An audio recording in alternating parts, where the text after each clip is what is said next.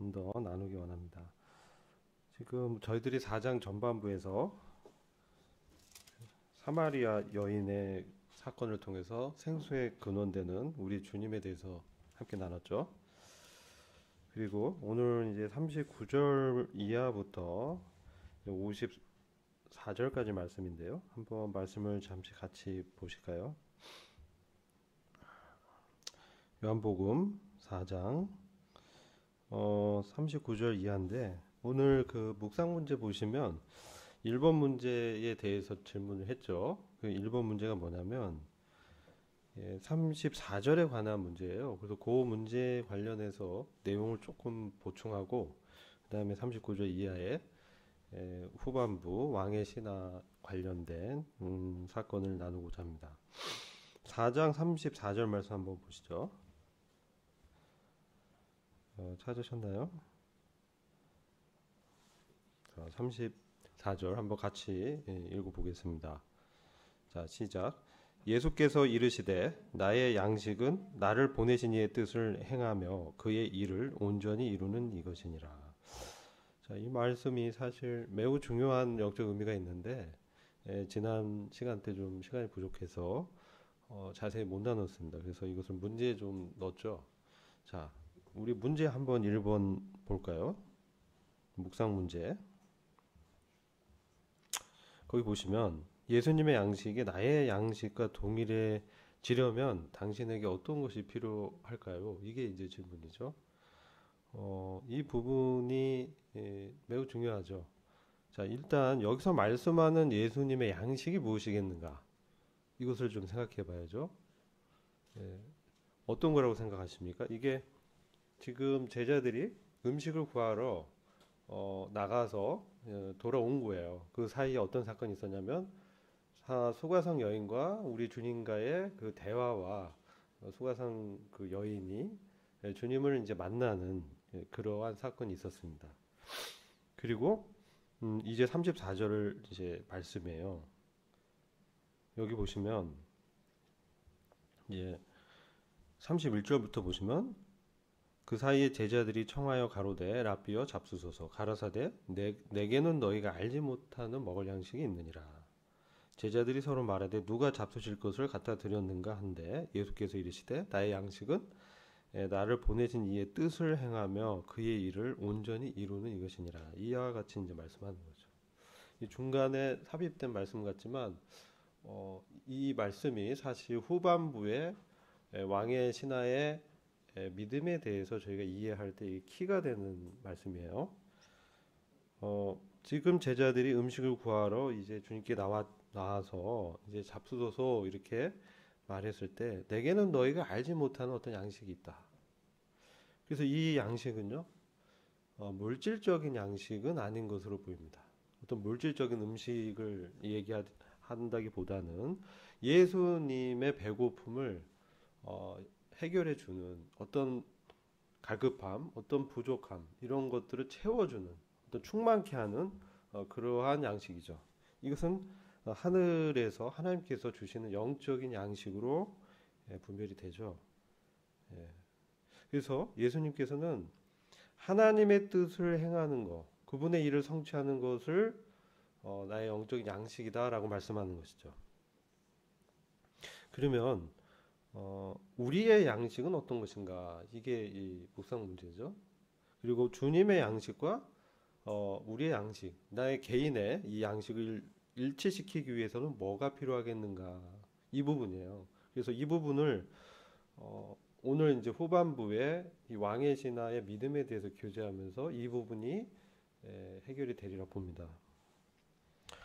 주님께서는 그 이후에 36절부터 쭉 35절 보시면 추수를 얘기하십니다. 추수. 넉 달이 지나야 추수할 때가 이르겠다 하지 아니하느냐? 내가 너희에게 이르노니 눈을 들어 밭을 보라. 희어도 추수하게 되었도다. 바로 추수할 때를 말씀하시면서 양식에 대한 말씀을 또 보완해 주시는 말씀이에요. 즉 하나님의 뜻은 지금 영적으로 추수할 때, 즉 영혼들을 하나님께로 인도하는 것이죠. 그래서 그들이 하나님과 관계를 맺고 그들이 구원을 얻고 그들이 주님의 뜻을 또 행하게 되는 또 이후에 보면 또 교회를 또 형성해서 교회에서 지체로서 하나님의 맡기신 은사와 재능에 따라서 영혼들과 또 지체들 섬기는 그래서 주님의 몸된 교회를 이렇게 세워가는 이런 하나님의 원대하신 구원의 뜻이 있다고 이제 분별이 되는 것이죠. 그래서 주님께서는 이 목적으로 오셨다는 거예요.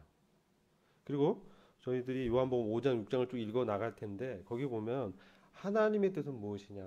그것은 바로 아들을 보고 믿는 자에게 영생을 주시는 것이다. 이렇게 말씀합니다. 그리고 영생은 또 이후에 보면 하나님과 그 아들 예수 그리스도를 경험적으로 아는 거. 우리가 지식적으로 알 뿐만 아니라 성경의 지식 아는 건 중요한데 그것을 우리 삶 가운데서 적용해 나가면서 경험해 나가는 것이죠. 주님의 어떠함을 경험해 나가는. 그럼으로써 주님의 뜻을 알고 또 그 또한 주님의 뜻을 행하는 자로 사는 것이죠. 그래서 결국은 하나님께서 의도하신 이 구원의 목적인 그리스도의 공동 상속자, 하나님의 아들들로서 하나님의 왕국에 함께 통치자로 참여해서 하나님이 예비한 그 기업을 얻고 누리도록 한 이런 영생의 목적이 있습니다. 그래서 궁극적으로 그것을 통해서 하나님의 뜻을 이룸으로써 바로 우리가 교회가 하나님의 영광을 찬양하는 또 하나님의 영광의 찬송의 제목이 되는 그래서 하나님을 높이는 이런 것들이 바로 하나님께서 예비하신 뜻이라는 것이죠. 이것을 성취할 때 우리 주님이 영적으로 충만해지시고 배고픔도 잊으시고 그 일을 통해서 기뻐하시고 그 일을 통해서 하나님께 영광을 돌리게 된다는 것이죠. 이게 주님의 말씀하신 양식이다라고 저는 문맥상 이 분별이 됩니다. 그래서 이 주님의 뜻을 이제 행하기 위해서 우리가 어떻게 해야 됩니까? 우리가 3장부터 쭉 그 거듭남에 대해서 얘기하면서 함께 교제했었죠. 거듭난 생명이 저희한테 오는 것이죠. 그래서 물과 성령으로 우리가 다시 태어나서 그 주님의 그 생명 그것을 가진 자로서 주님과 이제 교제하는 것이죠. 주님과 교제하면서 주님의 뜻이 어떠한 것인지 알게 되고 하나님 뜻을 이해하고 하나님의 그 뜻을 알게 되고 그리고 그 뜻에 자신을 일치시키는 순종하는 것이죠. 그것을 통해서 하나님 뜻을 이루는 이렇게 주님이 이제 그 뜻이 그런 하나님 뜻을 이루는 것에 포커스가 있었다. 이것을 이제 보게 됩니다. 그리고 이제 이 여자가 사마리아 성 수가시에 가서 복음을 전하죠. 그 말씀이 이제 기록되어 있습니다. 이렇게 복음을 전하고 이제 주님이 어떤 분인지를 증거했을 때 사람들이 주님에 대해서 듣고 믿게 됐습니다. 그리고 이 39절 보면 여자의 말이 그가 나의 행한 모든 것을 내게 말하였다 증거하므로 그 동리 중에 많은 사마리아인이 예수를 믿는지라. 주님이 어떤 분인지를 그 여인이 증언했을 때 이제 다른 사람들도 이 여인이 어떤 여인인지 알죠. 참으로 그 비참하고 참 어떤 죄인된 생활을 살았던 그런 여인입니다. 남편을 6명이나 거친 행복을 추구했던 그러나 거기서 만족을 못 얻고 실패했던 인생의 그 행복을 추구하다가 실패해서 낙오된 그러한 죄인의 모습. 오늘날 이 세상에서 무엇이 참된 행복인가? 그것을 지난 시간에 저희가 같이 나눴죠. 근데 이 여인은 이 결혼을 통해서 뭔가 자기의 어떤 욕구를 채우고 남편을 통해서 그것을 또 확인하고 이런 것이었던 것 같아요. 근데 그것이 이제 실패하게 됩니다. 그리고 참된 남편이시죠. 그리스도. 그분을 이제 만나게 되는 거죠. 그리고 자신의 그 옛 과거를 이미 다 아시는 그 전지하심, 전능하심, 그것을 보고 이분이 또 그리스도이구나, 이것을 또 믿게 되면서 증언했고, 이제 40절 보시면 사마리아인들이 예수님께 오게 됩니다. 이제 우물로 이제 와서 이제 우리와 함께 좀 유하십시오, 이렇게 청하게 되죠. 그래서 이 유한다는 건 뭡니까? 생활을 같이 하는 거죠. 숙식을 제공하고 같이 있으면서 이제 말씀을 이제 듣고자 했던 것이죠. 거기서 이틀을 유하십니다. 이틀을. 그래서 이틀을 유하시면서 주님께서 말씀을 하신 거예요. 그래서 41쪽은 예수의 말씀을 인해서 믿는 자가 더욱 많아. 42절. 그 여자에게 말하되 이제 우리가 믿는 것은 너의 말을 인함이 아니니 이는 우리가 친히 듣고 그가 참으로 세상의 구주신 줄 알미니라 하였더라. 이것이 사실 복음의 능력이죠.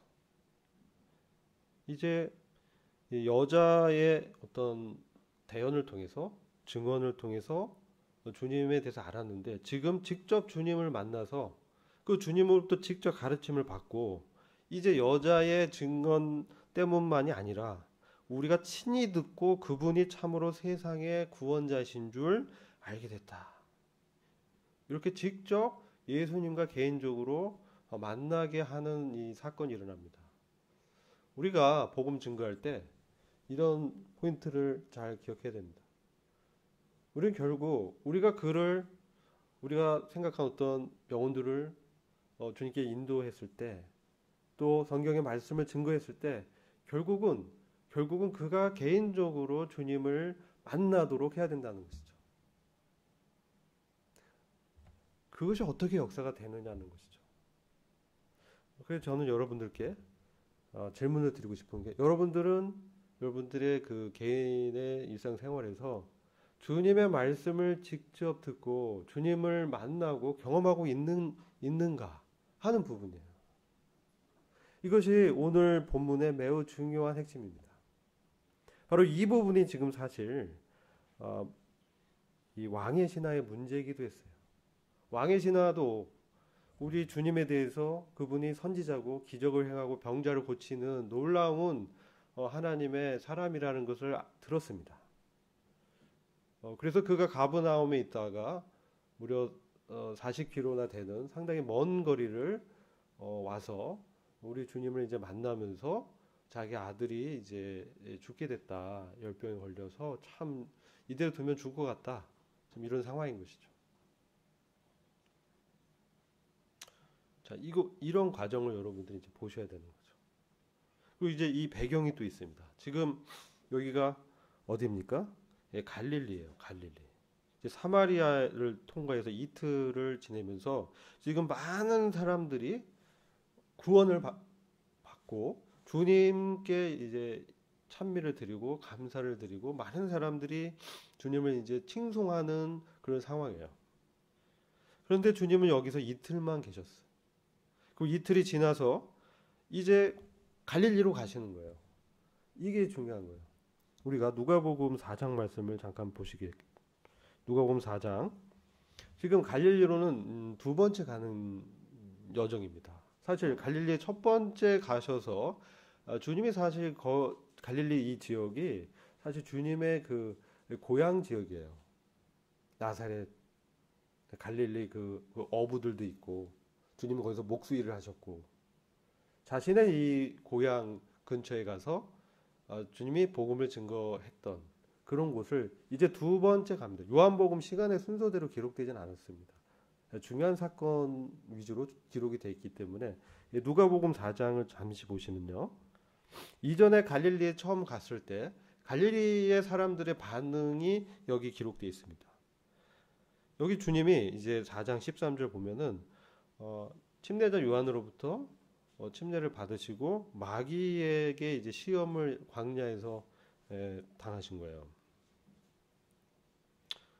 그죠? 40일 금식 후에. 그래서 누가복음 4장 13절 보시면 마귀가 모든 시험을 다한 후에 얼마 동안 떠나니라. 마귀가 주님을 시험했지만 주님은 그 시험을 다 이기시고 이제 14절 보시면 누가복음 4장 14절 보시면 예수께서 성령의 권능으로 갈릴리에 돌아가시니 그 소문이 사방에 퍼졌고 친히 그 여러 회당에서 가르치심에 무 사람에게 칭송을 받으시더라. 예수께서 그 자라나신 곳 나사렛에 이르사 안식일에 자기 규례대로 회당에 들어가서 성경을 읽으려고 서심해 선지자 이사야 글을 들이거늘 책을 펴서 이렇게 기록한 데를 찾으시니 곧 주의 성령이 내게 임하였으니 이는 가난한 자에게 복음을 전하게 하시려고 내게 기름을 부으시고 나를 보내사 포로된 자에게 자유를 눈먼 자에게 다시 보게 함을 전파하며 눌린 자를 자유케 하고 주의 은혜의 해를 전파하게 하려 하심이라 하였더라. 이게 바로 하나님이 예비한 메시아에 대한 예언을 읽으신 것이죠. 그리고 그 주님의 은혜의 이 해를 전파하기 위해서 내가 왔다 하시면서 이제 20절 보면 책을 덮어 그 맡은 자에게 주시고 회당에 있는 자들을 다 그러니까 회당에 있는 자들이 다 주목하여 주님을 보고 있는 상태입니다. 이에 예수께서 저희에게 말씀하시되 이 글이 이 선지자의 예언이 오늘날 너희 귀에 응하였느니라. 이루어졌다는 것이죠. 이런 분이 오셨다는 거죠. 그래서 이 사람들이 주님의 그 말씀을 듣고 기이 여기는 거예요. 참 놀라운 말씀이다. 은혜로운 말을 기이 여기고 자 여기 보면 어려운 가난하고 병들고 포로된 자를 해방시키기 위해서 하나님의 사람 그리스도가 오셨다. 얼마나 은혜로운 말이에요. 근데 그 말이 너희에게 지금 이 자리에서 응했다. 이루어졌다. 그러니까 그 사람으로 바로 그 사람이 나다라고 말씀하시는 것이죠. 그랬을 때 은혜로운 말은 기이 여겼어요. 놀라운 말씀이다. 근데 이 사람은 요셉의 아들이 아니냐. 그들이 아는 거죠. 그들이 목수 요셉의 아들로 목수 일을 쭉 해 오셨던 우리 주님의 어린 시절을 아는 그런 사람들이 너가 그리스도에 대해서 얘기하지만 이 말씀이 이루어졌다고 하자면 넌 요셉의 아들이 아니냐. 너는 사람의 아들이지. 하나님의 그 메시아가 아니지 않느냐. 이런 말이죠. 그러니까 23절 보니까 여기서 뭡니까? 예수께서 저에게 이르시되 너희가 반드시 의원아 너를 고치라 하는 속담을 인증하여 내게 말하기를 우리의 들은 바 가버나움에서 행한 일을 내 고향 여기서도 행하라 하리라. 또 가라사대 진실로 너희에게 이르노니 선지자가 고향에서 환영을 받는 자가 없느니라. 이렇게 이제 주님이 그들이 이제 믿지 않는 것이죠. 그들이 믿지 않음을 지금 말씀하는 거예요. 선지자가 고향에서 환영을 받을 수 없다. 어린 시절 이렇게 친구들도 있을 테고 주님이 이제 목수의 아들이고 이런 거 다 아는 거예요. 요셉의 아들 아니냐. 그러니까 주님이 25절 이하에 엘리야의 이야기 또 엘리사 때의 이야기를 또 하십니다. 그때도 사실 엘리야의 시대에도 엘리야의 보내심을 받은 사람은 사렙다의 과부 한 명뿐이었다.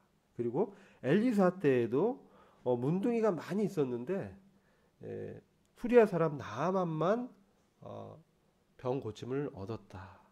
이렇게 얘기한 것입니다. 이 얘기 무슨 얘기냐면은 이 선지자들이 왔지만 사실 많은 사람들은 그 선지자들을 배척하고 참 보잘것없고 이방인들이 그들이 정말 인간 취급 안 했던 이방인들이 주님을 주님으로 여기고 그 구원의 역사를 이제 받아들였다는 것이죠. 유대인들은 그렇지 않았다는 것을 예언한 그 사건이 지금도 그렇다. 이렇게 얘기하니까 회당에 있던 유대인들이 이것을 듣고 다 화가 난 거예요. 그럼 우리가 이런 이방인보다 못하다는 사람이냐? 뭐 이렇게 주님을 이제 주님에 대해서 분이 가득해서 지금 동네 밖으로 쫓아내면서 산 낭떠리까지 가서 끌어서 밀쳐내려서 죽이려고 했다는 거예요. 지금 29절 보시면 주님이 그 이사야서 선지사의 말씀을 읽고 그런 사람으로 내가 왔다고 했는데 그들이 말씀 자체는 기이 여기고 놀랐지만 그 주님에 대해서 하나님의 아들로 믿지 않고 오히려 죽이려 했던 사건이 사실 이 갈릴리의 사건이었어요.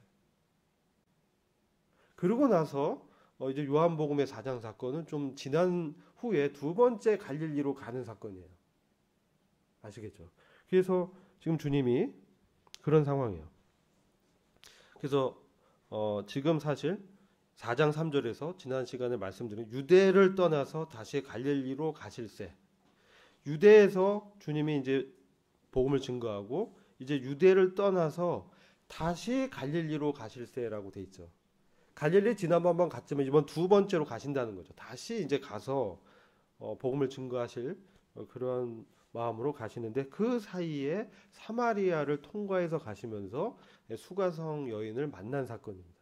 사실 지금 4장에서는 사마리아 여인에 관한 그 생수의 근원되는 그리스도를 계시한 것도 중요하지만 사실 갈릴리에 가는 목적으로 지금 가는 중이었단 말이에요. 그리고 사마리아 사람들은 우리 주님을 어땠습니까? 칭송했어요. 주님의 말씀을 듣고 정말 메시아구나, 그리스도구나.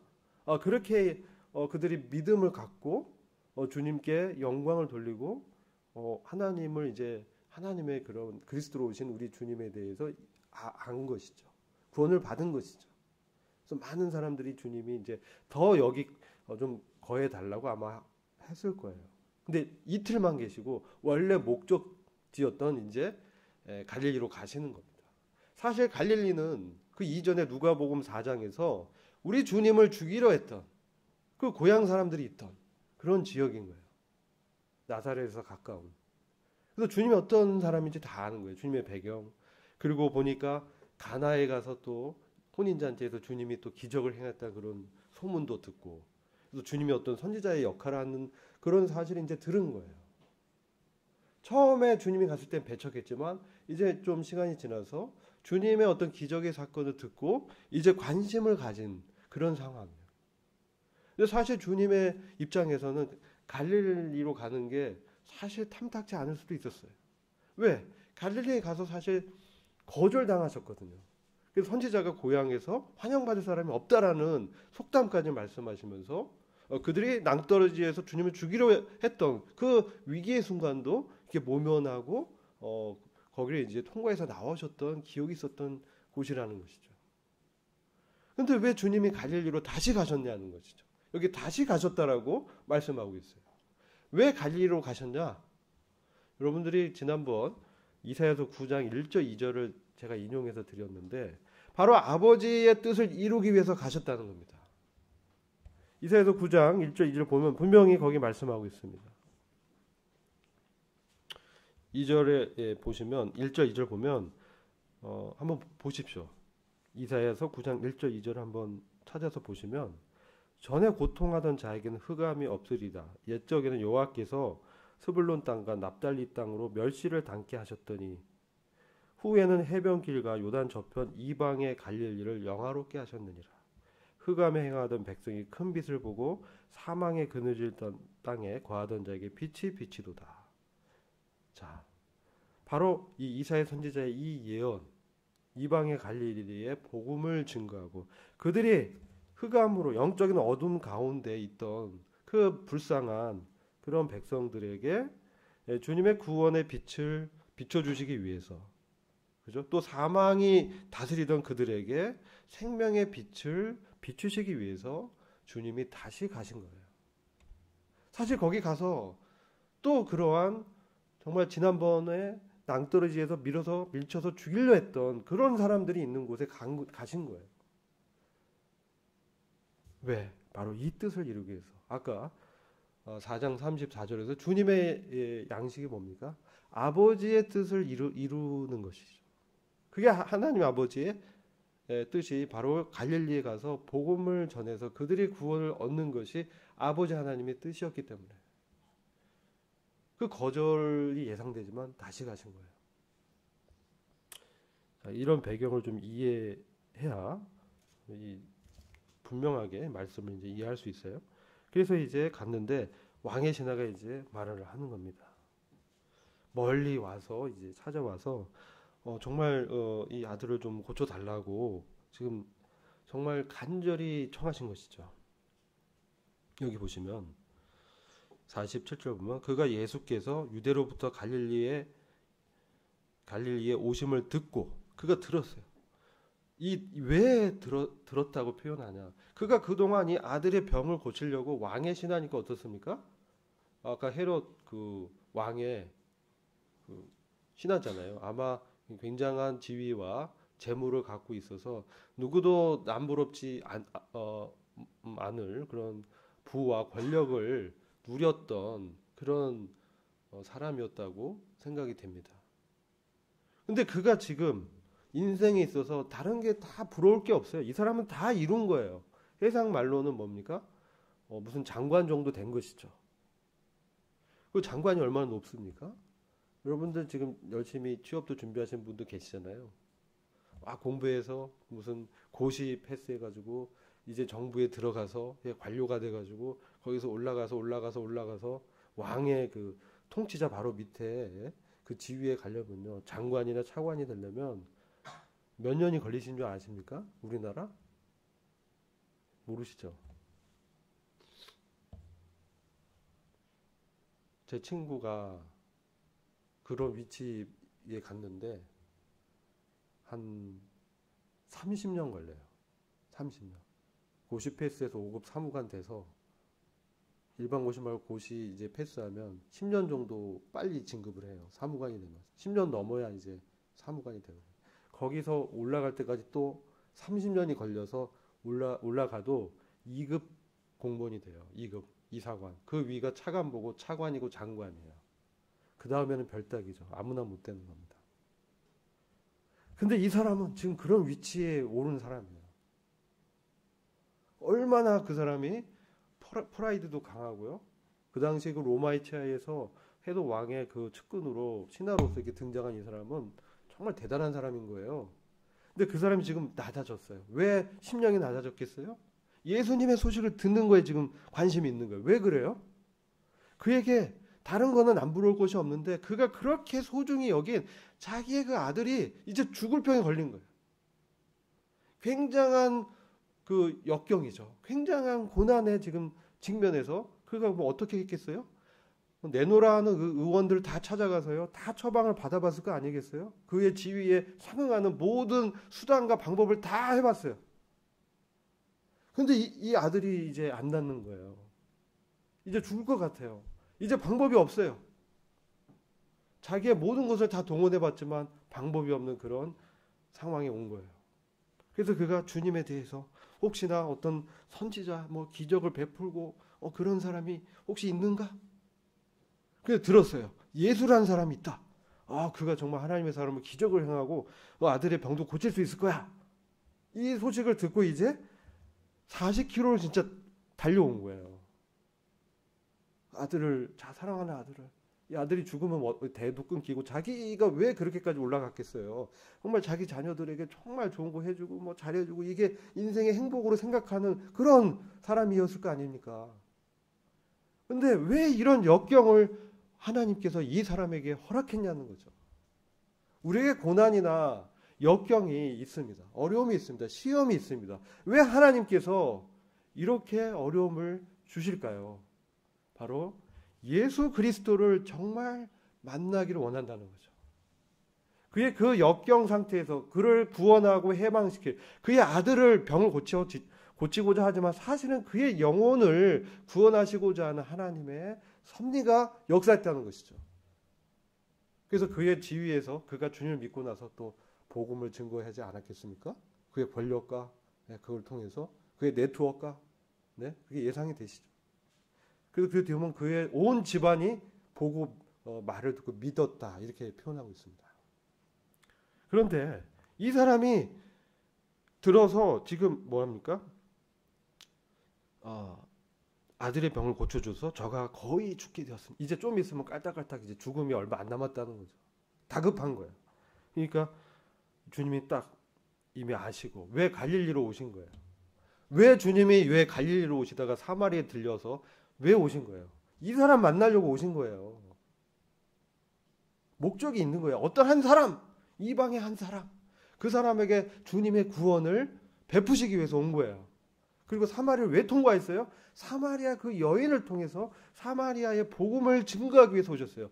자, 사도행전 8장에 가면 사마리아에 누가 또 갑니까? 전도자 빌립이 갑니다. 그죠? 전도자 빌립이 이제 바톤을 터치해서 이제 가서 사마리아에 다시 복음을 전해요. 그리고 성령이 또 임하고. 지금 주님이 그런 하나님의 그 계획과 그것에 따라서 주님이 이렇게 행하시는 거예요. 자, 그래서 이제 만났는데 이 사람의 문제가 있었어요. 뭐였냐? 거의 이제 죽게 됐으니까 오셔서 가버나움에 오셔서 40km가 되지만 빨리 우리 아들한테 가셔서 안수기도 한번 해주세요. 그럼 나을 것 같아요. 그 요청한 거예요. 그러니까 주님이 정말 이 말씀을 하는 거예요. 가라사대 너희는 표적과 기사를 보지 못하면 도무지 믿지 아니하리라. 가서 뭔가 안수기도 하고 뭔가 보여지는 그것을 행하면 그것을 믿는다는 거죠. 그러니까 신하가 또 말해요. 이게 잘 못 알아들어요. 주여, 이제 다급해졌어. 이제 이 예수님 청년 예수 그 높은 지위에 있던 왕의 신하가 납작 엎드러졌어요. 자기 아들 때문에. 주여, 주님, 제발 내 아이가 죽기 전에 내려오소서. 이렇게 또 간청하는 거예요. 그러니까 주님이 굉장한 말씀하는 거예요. 예수께서 가라사대 Go your way. 이게 여기 이렇게 돼 있는데 가라 그래요. 네 길로 가라. 이렇게 흠정역 성경 보면 네 길로 가라. 가라. 내 아들이 살았다.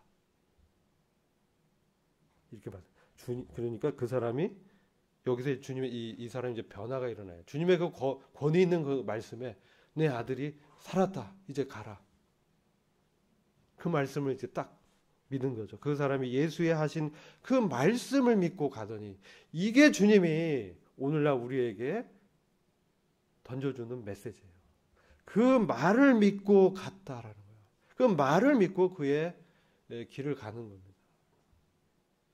이게 말씀 신앙이요. 부활하신 주님과 교제하는 사람들의 믿음의 태도인 것이죠. 우리는 이런 위기 가운데요.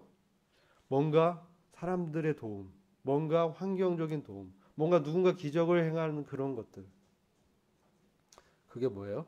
표적신앙이에요.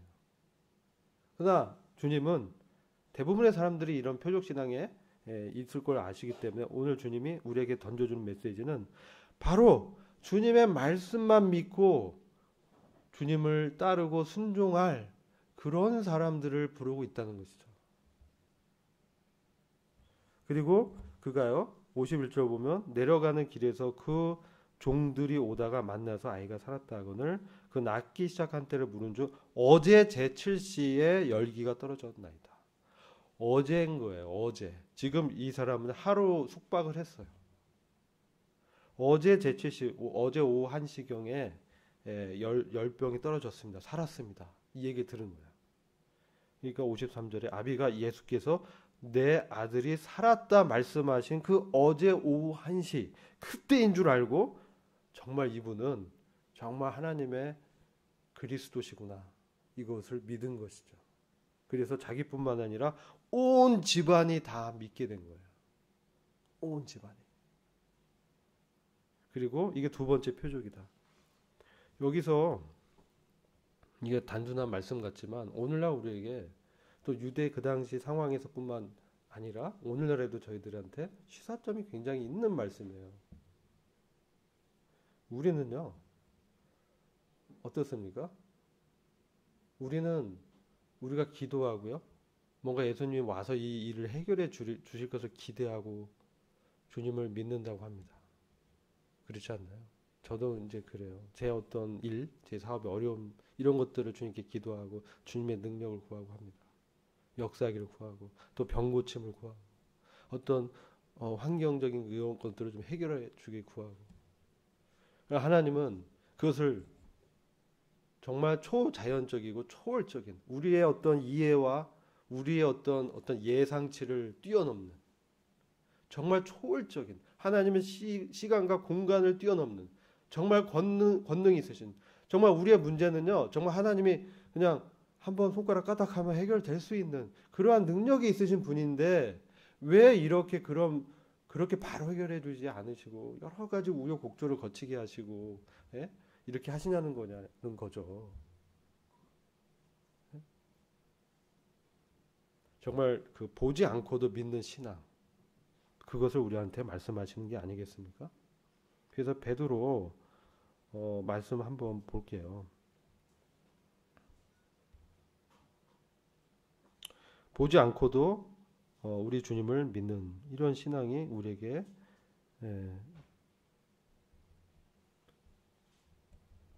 의미가 있다는 거죠.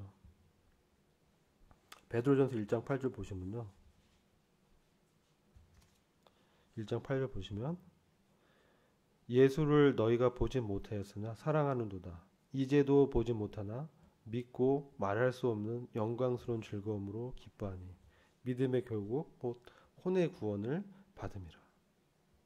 여러분 이게 구원의 하나의 목적입니다. 구원의 목적이 여러 가지 있어요. 하나님께 영광을 돌리고 그리스도를 닮아가고 이런 다 포괄적인 목적이 있는데 보이지 않지만 믿음 뭡니까? 믿음은요 보이지 않지만 보는 것처럼 여기고 행하는 거예요.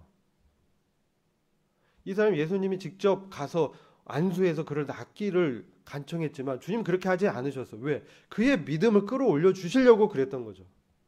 그의 믿음이 그냥 표적 신앙에 그치지 말고 정말 말씀 신앙으로 성장하기를 원했다는 것이죠. 그래서 오늘날 저희에게도 말씀 신앙, 부활하신 그리스도와 말씀으로 만나고 그분께 나아가고 그분의 뜻을 알아서 이 환경을 해석하고 거기에 휘둘리지 않고요. 우리의 믿음이 정말 올곧게 쭉 주님을 닮아가는 그러한 영적인 성장을 통해서 우리의 혼의 구원을 이루게 하시고자 하는 목적에서 지금 이 말씀을 오늘날도 우리에게 들려주고 있다는 것입니다. 보이진 않지만 믿고 말할 수 없는 영광스러운 즐거움이 우리를 기쁘게 하고, 어떤 즐거움이겠습니까? 내가 지금요 주님은 우리에게 여러 가지 시험과 역경과 어려움을 분명히 허락하고 있을 겁니다. 오히려 그런 것이 없고 만사 형통하고 이런 거요. 저는요 그런 적이 모르겠습니다. 우리 인생에서 길지가 않습니다. 짧아요. 대부분의 시간이 그 위치에 가기 위해서 정말 어려움들을 많이 경험합니다. 근데 왜 하나님께서 그런 것을 허락하느냐는 것이죠. 왜 우리 주님이 제자들을 이 믿지 않는 세상 가운데 내버려두고 그냥 가셨냐는 것이죠. 악에서 너희를 보존하기를 기도하겠다. 말씀으로 말미암아 거룩하게 되기를 기도하겠다. 너희를 그 위경 가운데서 구해서 편하게 살게 해주겠다. 그게 아니라는 것이에요. 우리의 어떤 어려움이 해결되기를 주님 원하십니다. 우리의 필요를 채워주시기를 원하십니다. 근데 그거 자체가 목적이 아니라는 것이죠. 그러나 표적신앙은 그거 자체가 목적인 것이죠. 그것은 그의 혼을 구원할 수 없는 거예요. 정말 우리가 주님을 닮아가고 우리가 주님의 뜻에 일치되고 주님의 사람으로 빚어가게 하기 위해서는 뭡니까? 두렵고 떨림으로 너의 혼의 구원을 이루라 이렇게 말씀하잖아요. 빌립보서 말씀 한 말씀하고 마칠게요. 빌립보서